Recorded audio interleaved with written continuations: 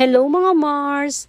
Ito naman yung paraan ng luto ko sa aking pork menudo na paninda dito sa aming kainan. Gumamit nga ako rito ng 2 kilo ng pork kasim na nakaminudo ka dahil pinakuluan at pinalambot ko na yung karne ng baboy. Kaya ito yung paraan kung paano ko siya niluto. Nang mainit na ang mantika ay pinirito ko na itong mga hiniwang patatas at carrots hanggang sa mag-half cook at tinabi na muna. Sunod naman ay nagisa ako ng sibuyas, bawang at naglagay ako rito ng tomato paste. Nang lumabas na yung pinakakulay ng tomato paste ay nilagay ko na itong 2 kilo na malambot na karning baboy. At dahil malambot na itong karne ng baboy kaya mas mabilis ko itong niluto. Magkakasunod kong nilagay yung suka, toyo, paminta at ang mga pampalasang asin, powdered seasoning, brown sugar, red at green na bell pepper, at yung tomato sauce. Nilagay ko na rin yung atay ng baboy, piniritong gulay at yung hotdog. Wala akong available na green peas kaya hindi ako nakapaglagay. Nang mailagay na ang lahat ng sangkap ay hinalo ko lang ito